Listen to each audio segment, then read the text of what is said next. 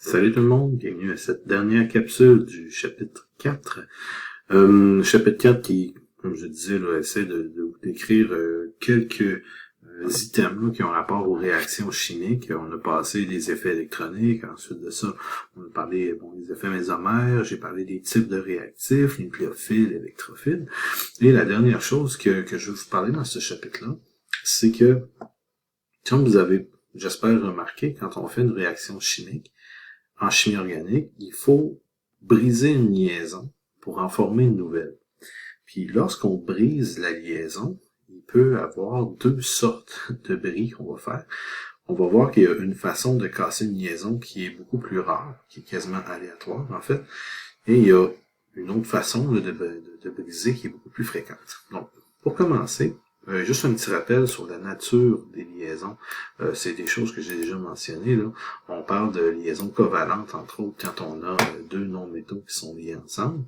Et si les atomes sont identiques, bien, ils ont la même électronégativité et ça forme ce qu'on appelle une covalente pure. Donc, à ce moment-là, je vais l'écrire ici à côté, là. On a une covalente, soit pure ou parfaite. Là, une covalente pure, c'est souvent le mot qui est utilisé. Et les liaisons covalentes pures vont être à l'origine d'un type de rupture de liaison. Donc, c'est comme je disais, là, les covalentes pures vont avoir là sont assez rares en tant que telles et ils vont se casser d'une certaine façon. Et la majeure partie du temps, je vous dirais, on va avoir un partage inégal parce que des électrons dans la liaison, parce qu'on va avoir des électronégativités différentes. Je m'excuse, là, c'est ce que je voulais souligner ici. Donc, la différence d'électronégativité va générer une liaison covalente polaire. Donc, ici, covalente polaire. C'est un rappel, puisque depuis le chapitre 1 et 2, on parle de ceci. Bien, justement, la différence entre ces deux types de liaisons-là va donner deux types de ruptures. Premièrement, une rupture qu'on appelle homolytique. Homolytique veut dire pareil de chaque côté. Okay? Homo, pareil, et lytique veut dire casser, veut dire briser. Donc, quand on parle, par exemple, d'une hydrolyse, ça veut dire casser dans l'eau, là, pour ce qui est d'une réaction chimique. Donc, homolytique, homo pareil, lytique, cassure, et une rupture, en fait, qui va être symétrique. Et celle-ci, elle est rare. C'est pas quelque chose qui va être fréquent, et ça va faire apparaître ce qu'on appelle des radicaux libres, qui sont des espèces intermédiaires de réaction, qui sont très rares, comme je le disais, et qui sont aussi très rapidement éliminés, là, parce que c'est très, très réactif. Et ça va donner là, ce qu'on appelle des réactions radicalaires. J'insiste sur le fait que c'est rare. Dans ce qu'on va faire, nous, on va parler de probablement juste une seule réaction radicalaire dans tout ce qu'on va faire, là, dans les chapitres 5 à 8. Donc, comme je vous dis, là, c'est pas quelque chose de très fréquent. Une autre chose qui est beaucoup fréquent, en fait, juste ici, c'est rare et puis ça revient. Si je veux faire un lien avec ce que j'ai écrit en bas, là, en haut, c'est-à-dire, bien, la plupart des ruptures homolytiques sont associées à des covalentes pures, mais c'est pas tout à fait vrai tout le temps. Là, mais je dirais, pour commencer, là, c'est souvent là, ce qui arrive. Pour ce qui est d'une rupture hétérolytique, hétéro qui veut dire pas pareil, et lytique qui va casser. Donc, on va faire une cassure qui est inégale. Et ça, ici, c'est très fréquent. Parce que les ruptures hétérolytiques viennent dans les liaisons covalentes polaires. Majoritairement, je dirais. Donc, ça va former des ions. Donc, des ions qu'on va regarder dans quelques instants, qu'on va appeler soit des carbocations. C'est un carbone qui va avoir une charge positive, qui est assez fréquent, et plus rarement va créer ce qu'on appelle des carbanions, des carbones qui portent une charge négative. Donc, c'est moins fréquent. Et ça va donner là, d'autres types de réactions. Donc, on va partir avec ces définitions-là, et je vais définir avec vous, à la prochaine page, les radicaux libres, les carbocations et les carbanions. Et je vais rajouter le fait là, que ce sont des intermédiaires de réaction et qu'ils ont chacun là, leur stabilité. Fait que j'arrive à ceci. Si je parle du radical libre, par exemple, un radical libre, là, vous allez le voir apparaître Pardon, je vais prendre la bonne couleur.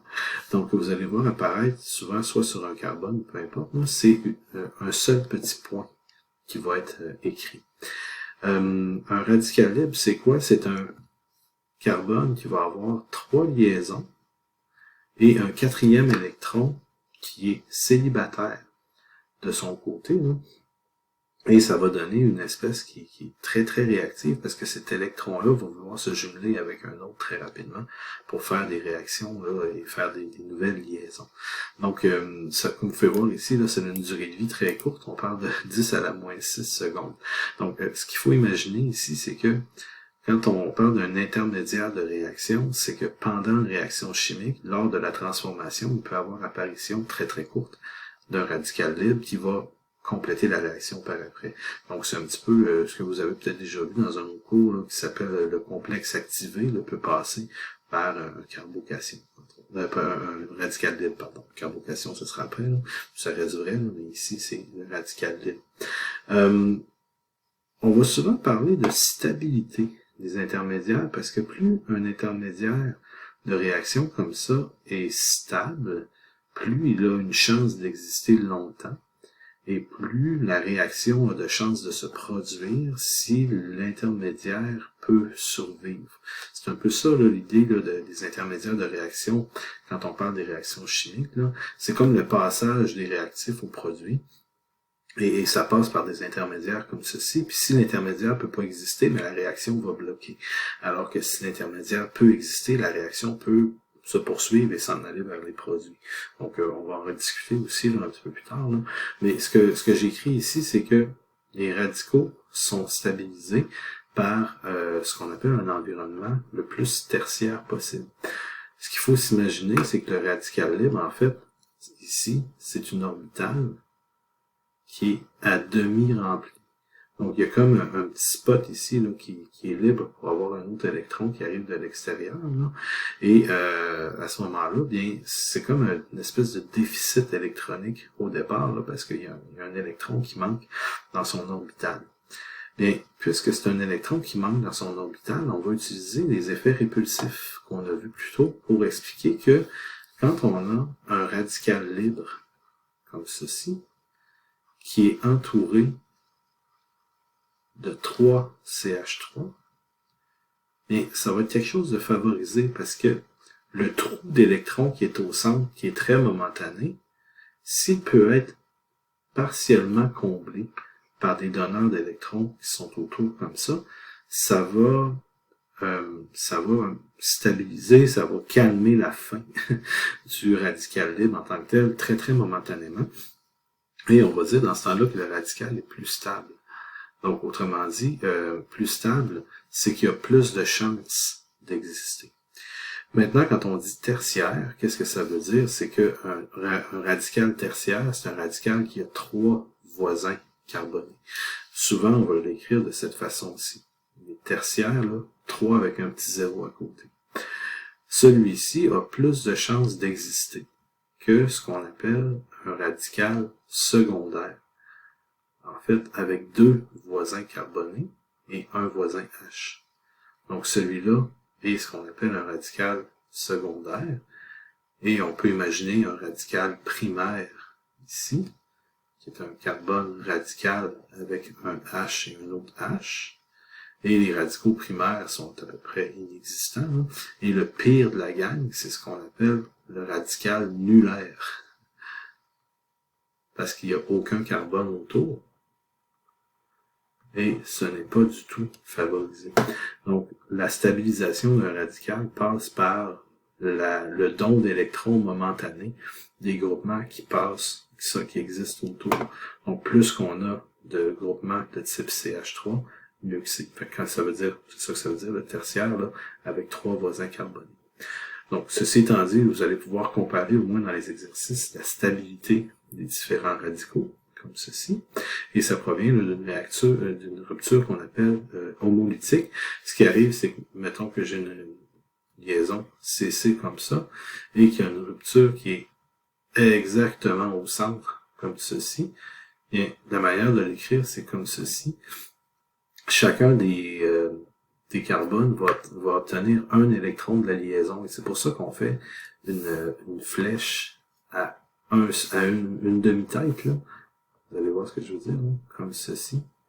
Donc, on fait une flèche à demi-tête pour dire que c'est un électron.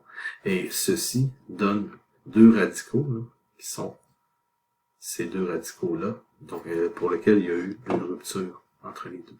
Donc, c'est vraiment une coupure en plein centre, là, comme avec un ciseau ou une tranche à papier, là, directement en plein centre de la liaison, mais les électrons sont séparés un à un de chaque côté. C'est pas quelque chose qui est facile à faire, là, c'est assez rare comme réaction, c'est aussi assez imprévisible parce que à peu près n'importe quelle autre liaison après ça peut être cassée, puis on perd le contrôle des produits possibles. Mais bon, c'est juste pour vous montrer que ça existe. Deuxième intermédiaire, carbocation. Carbocation, c'est un carbone qui va avoir une charge positive. Donc, encore une fois, c'est un intermédiaire de réaction, c'est pas une espèce chimique qui existe longtemps. Okay? Et c'est aussi un carbocation qui va être, c'est-à-dire un carbone là, qui va être en déficit électronique. Ici, il a perdu tous les électrons de l'orbital. Il en reste même pas un, il en reste 0. Et la stabilisation va être faite aussi de la même façon. Je vais baisser un peu là. Et un peu comme tantôt, ce que j'écrivais, c'est que ça va être la même chose. Un carbocation va être stabilisé dans un environnement tertiaire, puisque il va avoir momentanément des fournisseurs d'électrons pour combler le manque à cet endroit-là. Donc, si le carbocation tertiaire est stabilisé, c'est qu'il y a plus de chances d'exister, et donc les réactions qui passent par la carbocation tertiaire ont plus de chances de se passer parce que ceci peut exister. Ça a plus de chances d'exister qu'une carbocation secondaire, donc je recommence là, le petit jeu de tout à l'heure, ça vaut la peine d'écrire une deuxième fois, là. Et ça va être, donc ça c'est le secondaire, et ça va être, le secondaire est plus stable que le primaire, qui est fait comme ceci. Donc c'est toujours avec le nombre de voisins carbonés qu'on regarde ça, et qui est meilleur que le nullaire, parce qu'il y a aucun carbone, là. Donc le nullaire, comme ceci, qui est le pire de la gang, mais en fait, qui peut à peu près pas exister. Fait qu'il faut penser à ça, quand une réaction là, va passer par une carbocation le plus stable, vous allez voir dans le chapitre 5, c'est quelque chose que je vais vous montrer, là, que je vais vous demander aussi, là. Il va falloir identifier les réactions dans lesquelles il y a le carbocation le plus stable. Le truc, c'est de vérifier c'est quelle carbocation qui a le plus de voisins carbonés. Une autre chose que je peux dire aussi, c'est que les carbocations qui sont stabilisées par résonance vont être favorisées. Donc au niveau de la résonance, on l'a vu tantôt, là, mais on peut le réécrire. Mettons que j'ai un benzène qui va être dessiné, je peux le dessiner dans un autre sens, comme ceci. Et j'ai sur le côté un carbocation qui est ici. Bien, le carbocation qui est dans le système de résonance, parce que j'ai une alternance double 5 charges, bien, le carbocation ici va pouvoir être satisfait par le fait qu'il est capable de faire un appel d'une liaison à l'intérieur du benzène vers l'extérieur, et qui va pouvoir se combler la charge comme ceci. Mais en fait, ce qui va arriver, c'est qu'il va diluer sa charge sur tout le cycle.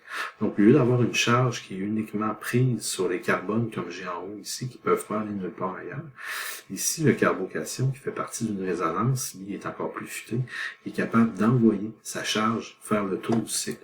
Je le ferai peut-être pas au complet, là, mais c'est pour vous montrer que on a fait cet effet-là un peu plus tôt dans le chapitre, et on peut voir que la charge, en fait, à ce moment-là, elle est diluée dans le cycle, puisqu'elle va se promener, je dirais, et ainsi de suite, là, pour revenir jusqu'à son bout, là. Mais ce qu'il faut voir, c'est que cette charge-là, elle est partagée, en fait, sur 4 carbones, au lieu d'être juste un seul. Donc, à ce moment-là, si on peut diluer la charge sur une structure plus grande, bien, ça, c'est un effet stabilisateur. Donc, c'est très, très favorable. Donc, effet stabilisateur. Donc, une carbocation stabilisée par résonance une bonne chance d'exister, ce qui fait que cette réaction-là, sur ce carbone-ci, serait très très probable, là, parce qu'il y a un C+, là, qui peut exister à cet endroit-là. Donc, c'est ce qui est écrit ici, l'effet mésovaire stabilise grandement la carbocation, la charge est dispersée, puis ça se forme, bon, les carbocations se forment surtout sous les tertiaires, sauf dans des cas de résonance comme ceci, là, ça peut grandement faciliter là, son existence. Finalement, le carbanion. Le carbanion, bien, c'est un carbone qui a, curieusement, 5 électrons autour de lui. C'est comme si c'était un carbone qui avait un double libre comme ça et qui est chargé négativement à cause de ceci. C'est certain qu'un carbone qui a 5 électrons au lieu de 4, c'est pas quelque chose qui est très très favorisé et ça va vouloir réagir parce que le doublet qui est ici va être une charge très très agressive. Hein? Ça devient donc un attaquant très attaquant qui est fort. Donc, quand on réussit à former un carbanion, là, on va avoir un attaquant qui est très très puissant, puisqu'il va avoir une très très forte tendance à donner ses électrons là, pour pouvoir faire une attaque là en tant que telle. Donc, c'est quelque chose qui peut être aussi stabilisé par résonance. Là, si je peux vous donner un exemple ici, là. Par exemple, on peut avoir un carbanion qui est fait de cette façon-là. Donc, on peut avoir, je vais le dessiner comme ceci. On peut avoir un aldéhyde, par exemple. Et un aldéhyde, en fait, peut perdre cet hydrogène-là sur l'action d'une base. Donc, si j'ai une base qui vient le chercher, ce qui va arriver, c'est que les électrons vont redescendre momentanément sur le carbone qui est à côté, formant à ce moment-là un carbanion. Et ce qui va se passer, c'est qu'à ce moment-là, je vais avoir placé mon carbanion dans un système où je vais avoir une charge simple, double. C'est donc un système qui est en résonance. Donc un carbanion va pouvoir exister, mais ici, en faisant ceci, je vais au moins avoir la possibilité d'avoir une stabilisation par résonance qui est toujours recherchée quand c'est possible. Et ça va donner une dilution de la charge entre le C et le O- qui est ici. Donc, ce que vous avez ici, là, on appelle ça une tautomérie cétoénolique. C'est quelque chose qui est, même si les mots vous disent peut-être pas grand-chose pour l'instant, c'est quelque chose qui est très fréquemment observé en chimie organique là, pour pouvoir faire certaines réactions. Entre autres, la synthèse de la fragrance de cannelle passe par une réaction qui ressemble à ceci. Là. Donc, c'est relativement fréquent là, comme réaction. Donc, quand on parle d'un carbanion, là, c'est un carbone, justement, qui a trop d'électrons. Et lui, ben, il va avoir une géométrie en plus qui est sp3. Là. Donc, il va falloir, des fois, on peut en tenir compte lorsqu'on fait des réactions. Mais comme je vous dis, ben, idéalement, c'est stabilisé par résonance, là, comme vous pouvez voir dans cet exemple-là. Ceci étant dit, je vous dirais que s'il y a une chose à retenir particulièrement pour vous aider dans notre cours présentement, mettez un effort particulier à la compréhension et à la reconnaissance de la stabilité des carbocations. On va les utiliser beaucoup plus souvent que les autres que j'ai présentés. Là. Donc, les carbocations sont, ici c'est la partie la plus importante. Là, ne pas oublier qu'un carbocation tertiaire, c'est plus stable qu'un secondaire, qui est plus stable qu'un primaire. Puis si on se souvient de ceci, le chapitre 5, 7 et 8 vont aider beaucoup. Quand on va parler du chapitre 6 et d'autres types de réactions, là, mais chapitre 5, 7 et 8, là, reconnaître les carbocations les plus stables, ça va être quelque chose de très très important. Donc, comme je vous dis, essayez de retenir cette partie-là, puis le reste, c'est de l'information complémentaire. Là. Mais ici, l'utilisation qu'on va en faire, les carbocations, ça va être ceci qui est le plus utile, je vous dirais, pour l'instant. Ceci étant dit, ça termine notre chapitre 4. C'était les sections que je voulais voir là, dans ce chapitre-là. Oui, il en existe d'autres, mais j'ai décidé de faire juste celle-ci là, avec une session légèrement raccourcie et surtout un cours à distance là, parce qu'on peut pas aller aussi vite qu'en classe et c'est bien correct. Donc, je vous souhaite de bien étudier votre chapitre 4 et de ne pas oublier de faire le devoir numéro 2 qui lui est rattaché. Donc, merci beaucoup et on se revoit pour les capsules du chapitre 5.